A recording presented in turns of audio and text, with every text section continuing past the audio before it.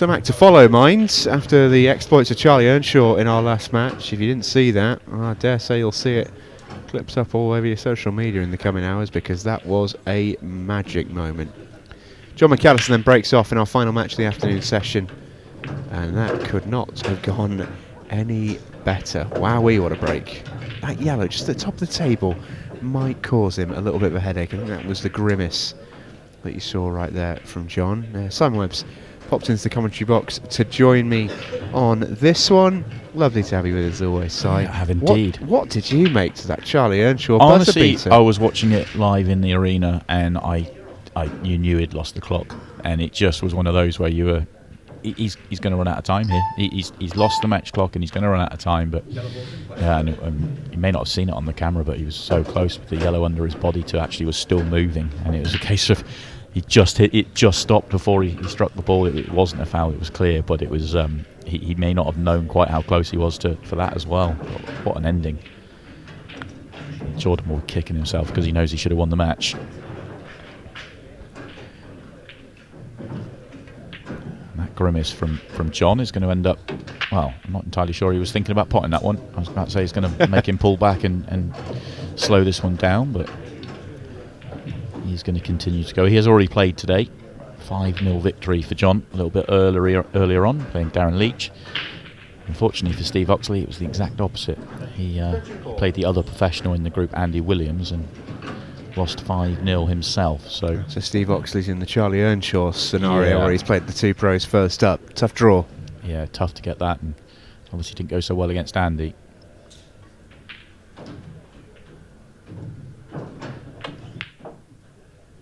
Yeah, Jon asking a lot with that shot, trying to sneak a little bit of the pocket so he could land on the right side of that yellow. No shame in that, though. I think from what I can tell from the European Championships in Malta, Andy Williams playing some really good stuff at the moment. Very much in nick. Might be the sort of tournament that you sort of maybe back him as a little bit of a dark horse for, I wonder. Got to get across to the right-hand side. That's no good.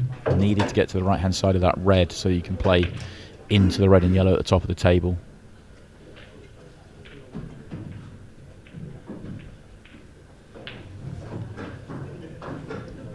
If you try and do it from here, you won't get the pace into it. And he may not have a choice, though. He's got no options down the table unless he can see the red past the 8-ball, past the yellows. If he can, he should take it, because that leaves him the perfect angle.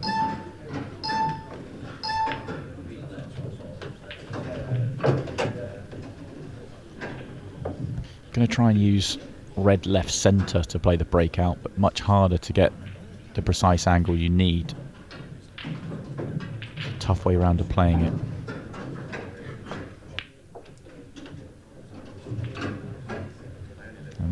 Not from there. Yeah, that's that facial expression told the entire story. This is tough. Maybe slightly worse than tough. Maybe completely impossible.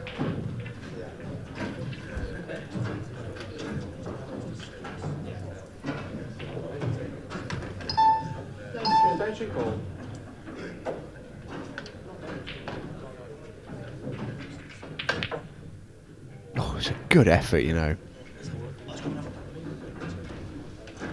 It was, but you could see that coming from the very first shot. Just leaving the bad ball till last, and I just unfortunately will leave it as a frame that Jon McAllister should win. It's not likely to be in this visit, obviously. He's played safe, but yellow at the top is a slight problem, but he's got complete control of this frame.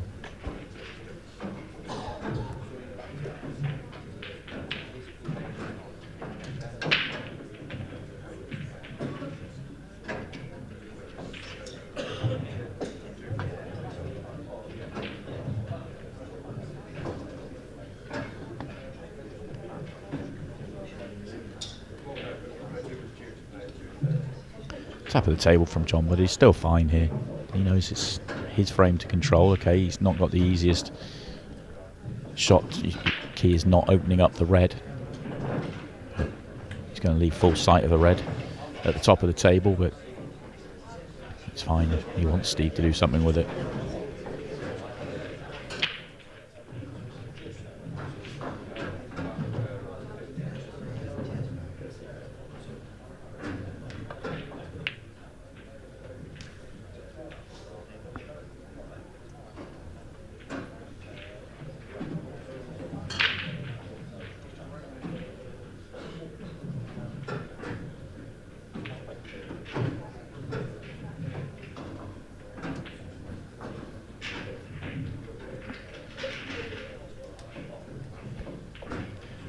I don't know if Jon will want to go here, but all of a sudden, with the ball over the pocket, got to be careful.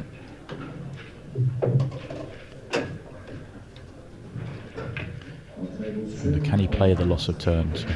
Yellow furthest left. Can he play that onto the red without opening up the other red? The cue ball will go into the yellow, and yellow will go towards the red. But no, he's looking for something else.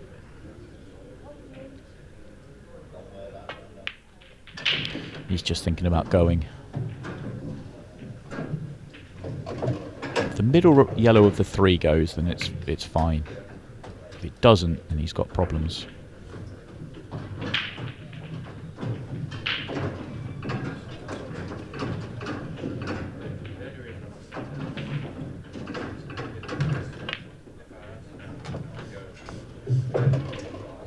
Try to find the gap. I'm not sure he's on it. This could be a gift for Steve Oxley. Jon's not on that gap, and well, body language tells us he's not. Then he's in a world of trouble. I think he should have tried to find a way to play another loss of turn, or play a loss of turn. And yeah, maybe just got a little bit impatient in the end. I think it's because playing the loss of turn was slightly risky, but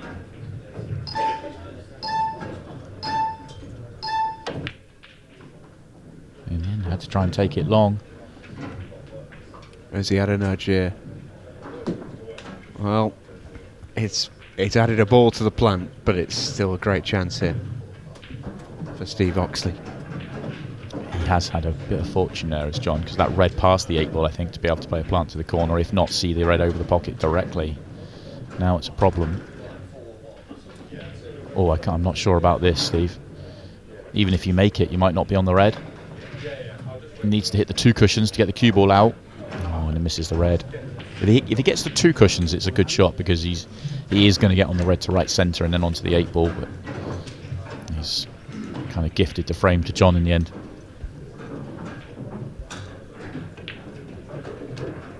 Yeah, Jon McAllister, I don't think he'll be able to believe his luck.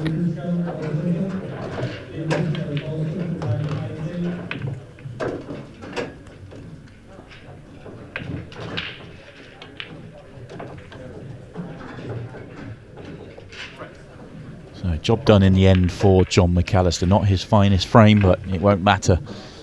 It's another frame on the board. That's 6 straight for him to start the competition, winning his first match 5-0.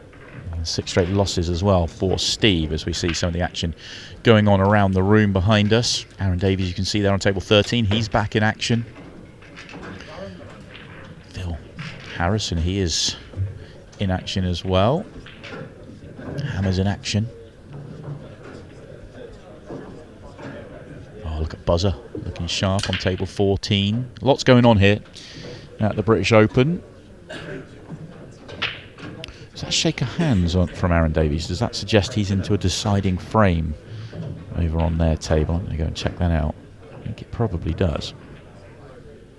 We shake hands before a decider. Obviously, he came through a 6-spread shootout earlier on.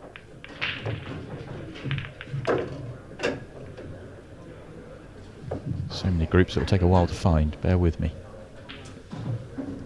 Try the old Command F and Davies. There you go. Young men teaching me the the tricks of the trade.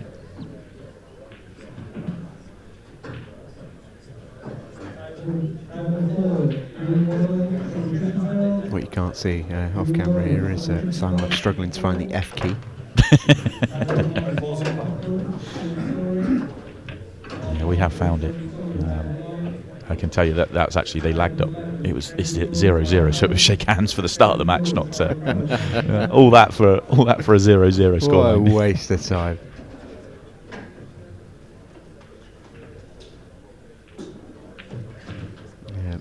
thanks for that, Si. Thanks for absolutely nothing.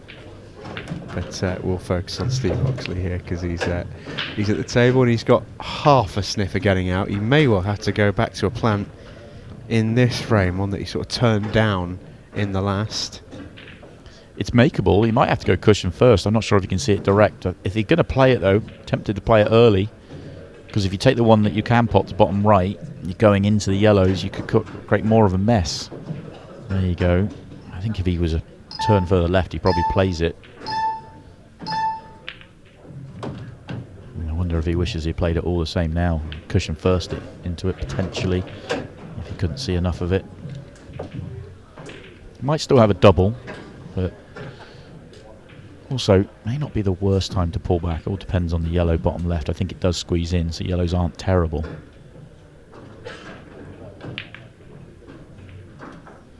Well, he's blocked the yellow to bottom left, so even though he missed the double, he's done a little bit of good work to stop Jon.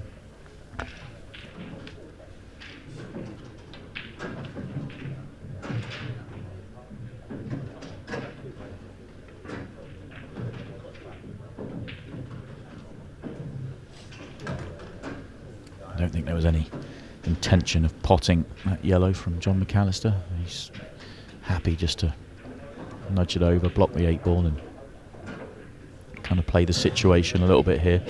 Perhaps play the player a little bit as well.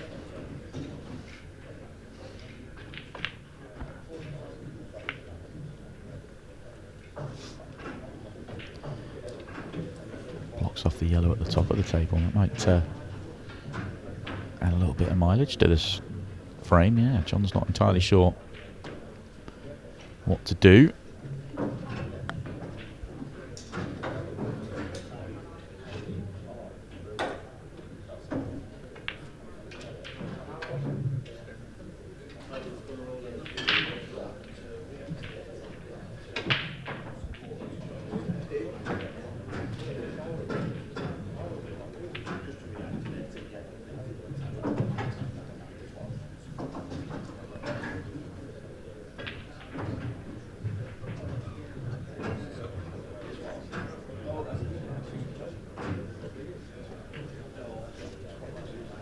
Changes things here because the double kiss just knocks them onto a plant now, so you've got reds over all pockets. 8-ball, it's blocked off from its main pocket, but it's also not completely dead. Jon will have to be more careful now. He might decide to go. It depends. That yellow might squeeze in top right.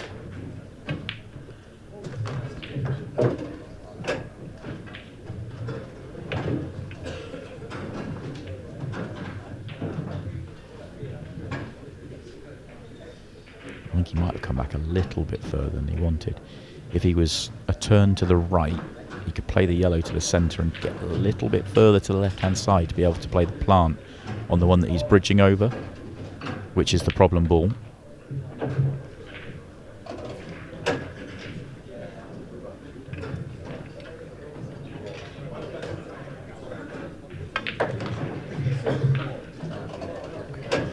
That's a great shot. Still work.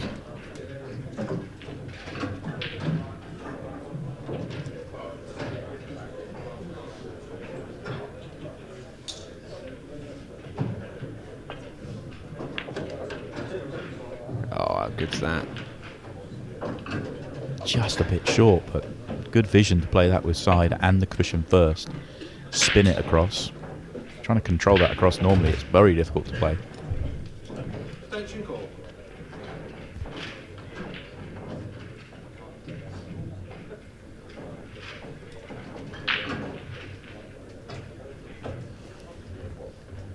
Yeah, tight past the 8-ball here.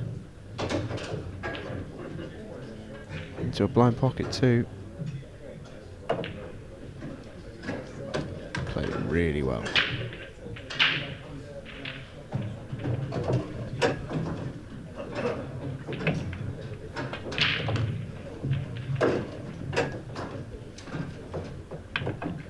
Sometimes finds himself in those sort of scenarios, does Jon, and then you're reminded about his just pure raw cueing ability, and he really can play all the shots. Yeah, he's got everything really, all-round player. You just saw, he didn't rush to push the boat out. He waited, he was patient, he nudged a couple of balls around whilst keeping it tight. Then he takes on a high tower finish because he identifies that as the best chance to win the frame. He's dangerous to then play safe, but he's got the ability to come up with the shots to be able to make those finishes. But the balls come out nice. He's got great patterns, great shot maker, great break. Doesn't get talked about enough really, his break. There's a reason why he's right up the top of the rankings, right up there in the, what's he now, top 4? Oh, he's won titles everywhere he's gone. Why he's a former world champion.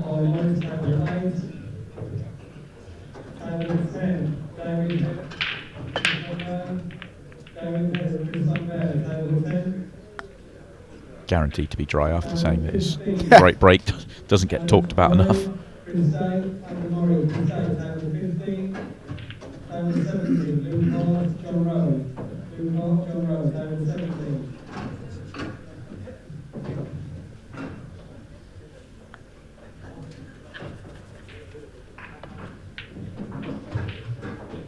That was a poor miss from Steve. That was a good layout as well. Every yellow actually had a pocket and had a route. Misses the first ball. Start to fear the worst a little bit for Steve. Obviously off to a shaky start, losing 5-0 in his first match, and obviously already 2-0 down here, although half the match almost played out.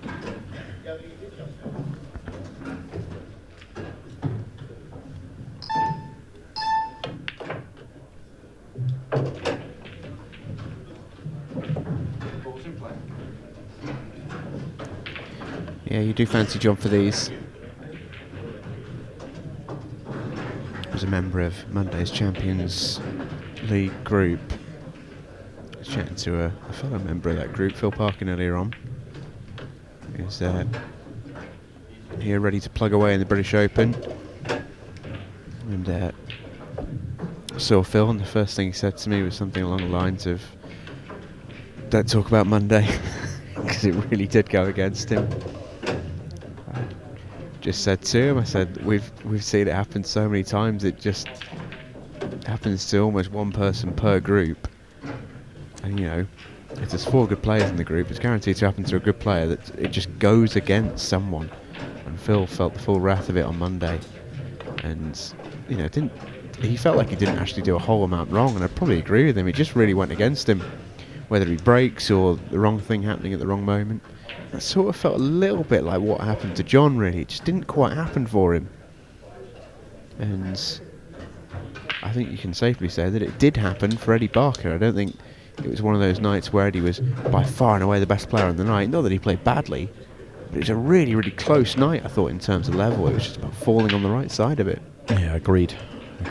Jon wasn't anywhere near his brilliant best, but it wasn't like he made a huge amount of mistakes in the night. But Eddie did the right thing at the right time, won the moments. We talk about that so often. Well, we're talking about that. He's cruised through that finish. And having a chat with Steve as well.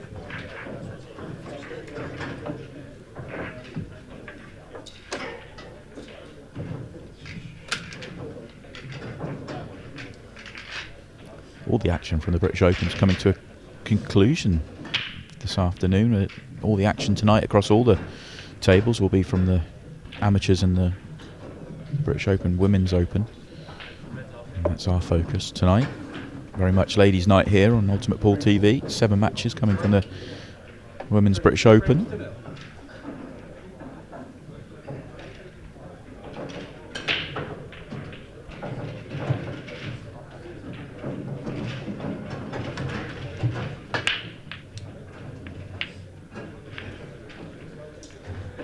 Decent cue ball, not the most power though. Steve Oxley.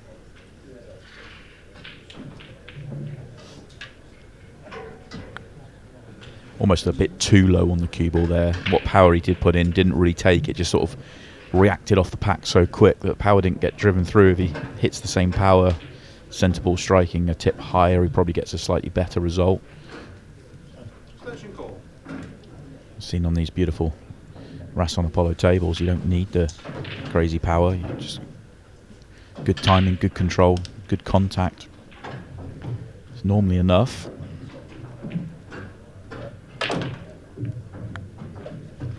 to make it happen. Grazes the red. I don't think that's done enough work though. That yellow's still a major problem ball.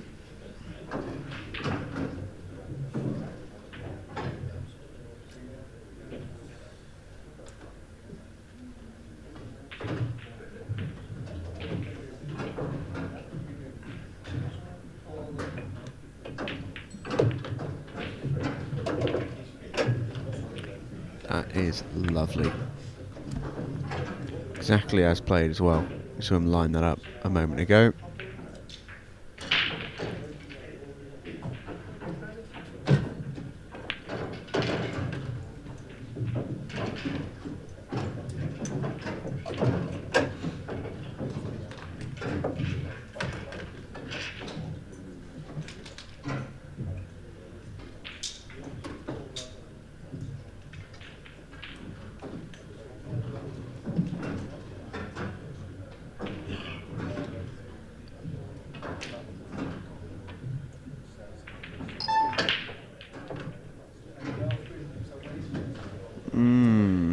A little bit of work to do here.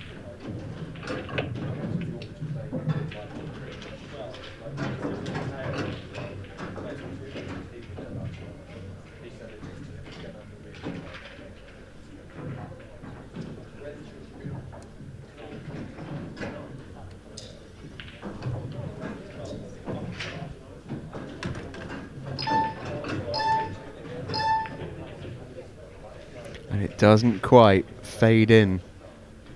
Tough into the middles from there. So what an opportunity for Steve to, okay, it might not turn around the match, but just get going in this group. So he lost his first match 5-0, 3-0 down here. Opportunity to put one on the board and build. Something to build on in day 2, even if it doesn't turn anything around.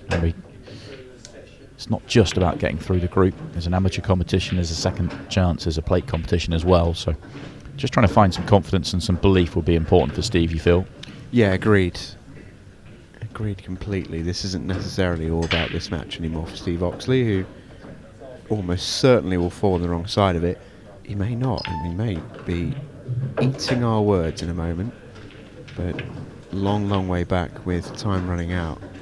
But yeah, just build up some confidence, just get some balls potted, get your frame on the board.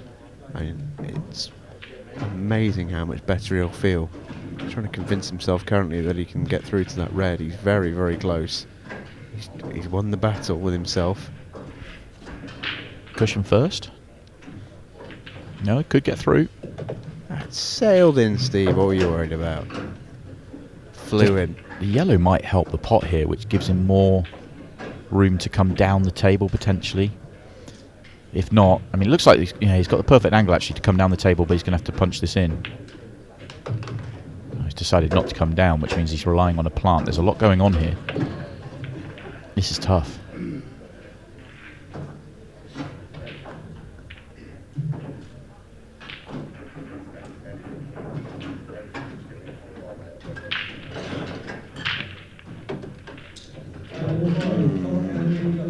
Could have been better, could have been worse as well. Just enough to the left-hand side. He has to take the one bottom left here. It's way too thin to go bottom right. The question is, what are you going to do with the cue ball? Do you want to go? You might have to use the 8-ball. If you could hit the 8-ball half ball on the left-hand side as we look, the cue ball's going to fall left. It's going to be a thin clip. 8-ball will be in the middle of the table. If you hit the 8-ball full on the right-hand side, you're probably leaving it too thin.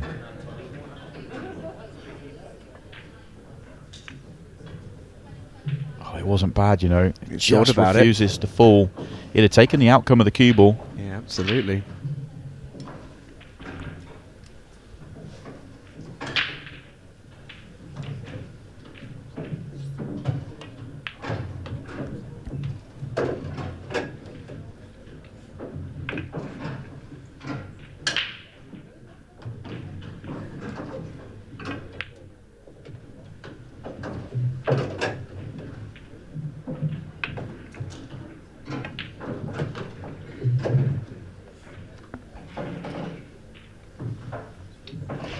That wasn't the best from Jon. Big sigh as he gets ready. I mean, it's still an 8-ball he's going to make. It's just It's not what he was looking for.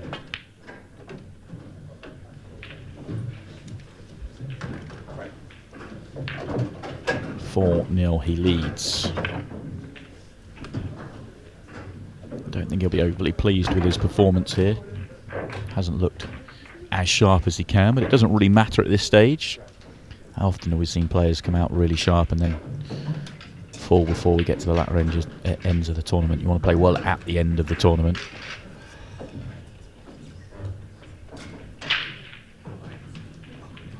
Yeah, and I think that's something that Jon's talked about himself. He almost feels like he needs to play his way into a tournament in the ones that he's won. He mentioned it in his interview on Monday that he's had a bit of a funny year last year because he pretty much either went out first round or he went and won the event. Was how it sort of seemed to go.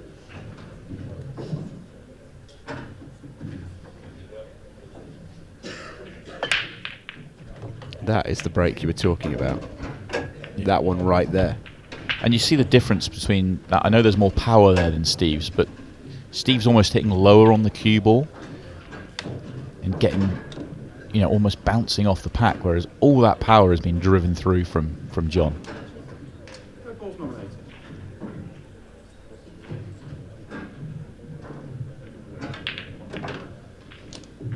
That's not gone to plan. Couldn't get to it to play it clean, so plays ball off ball, but centre ball safe. Can't develop it next shot either.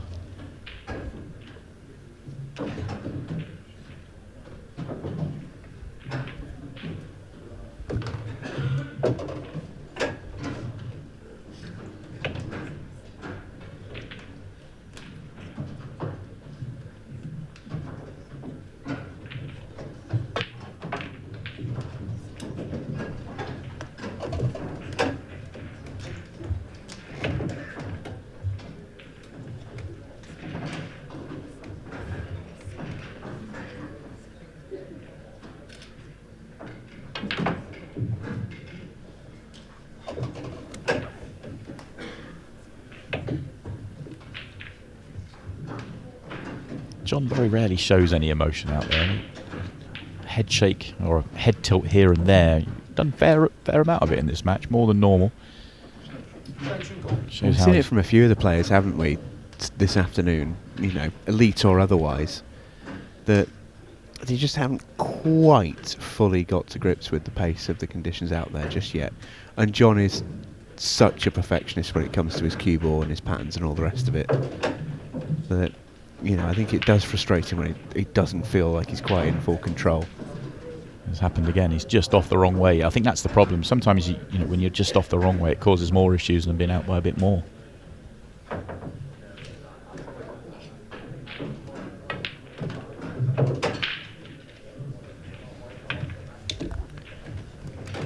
Swift work for Jon McAllister, who wins 5-0 against Steve Oxley. Shake hands between the two folks, and that will do us for this afternoon session. A super performance from the Machine, who wins through 5-0 and continues his crusade here in the British Open.